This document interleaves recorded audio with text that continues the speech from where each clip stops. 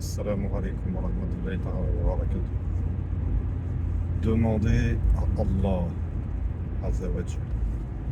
Faut-il demander à Allah?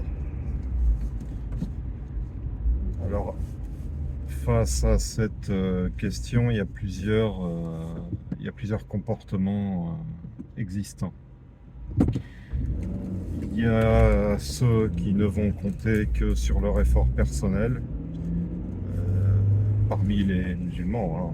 Donc, il y a énormément de musulmans qui n'ont même pas la présence d'esprit de demander à Allah quand un problème se pose à eux et qui comptent sur leur effort personnel, qui comptent sur eux-mêmes. Donc ça va être la première catégorie de personnes qu'on va rencontrer face à cette question. Ceux qui s'en remettent à eux-mêmes, ceux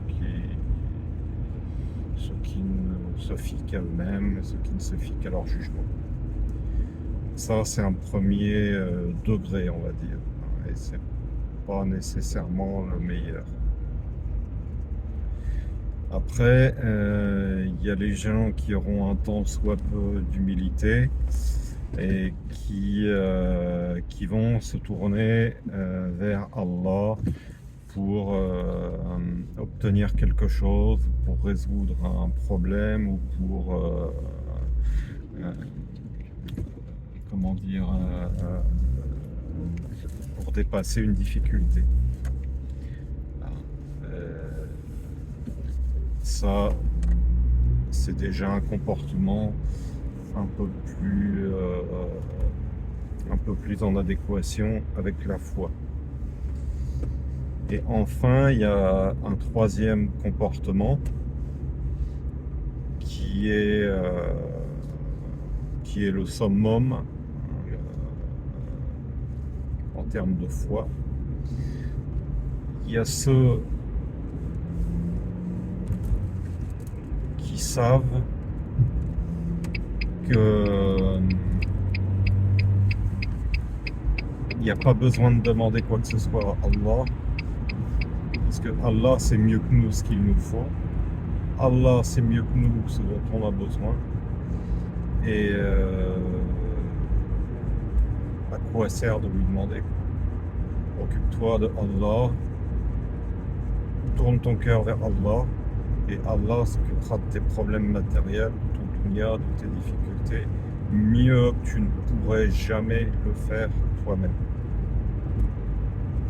Mais ces gens-là savent que il n'est pas nécessaire de demander à Allah. Ces gens-là savent que Allah va leur donner ce dont ils ont besoin, va résoudre leurs problèmes sans même qu'ils aient à le lui demander.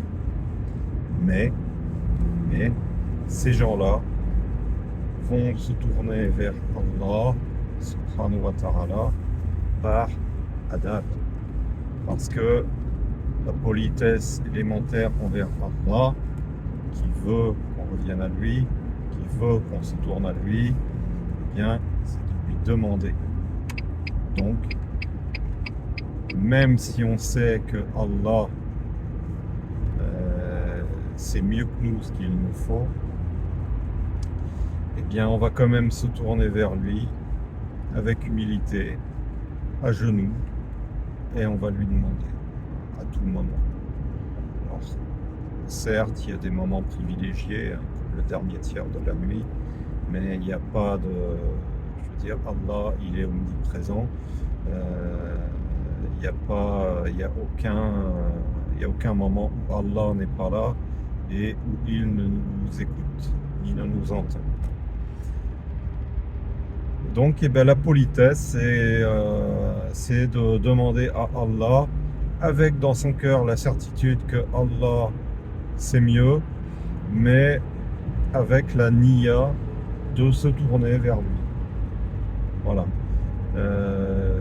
Ça, c'est le comble de la politesse et de la foi pour les gens qui sont confrontés à un besoin, à une question, à une difficulté. Barakallahu fikum wa jazakumullahu khayran. Subhana rabbika rabbil izzati amma yasifun. Wassalamu ala al-mursalin walhamdulillahi rabbil alamin.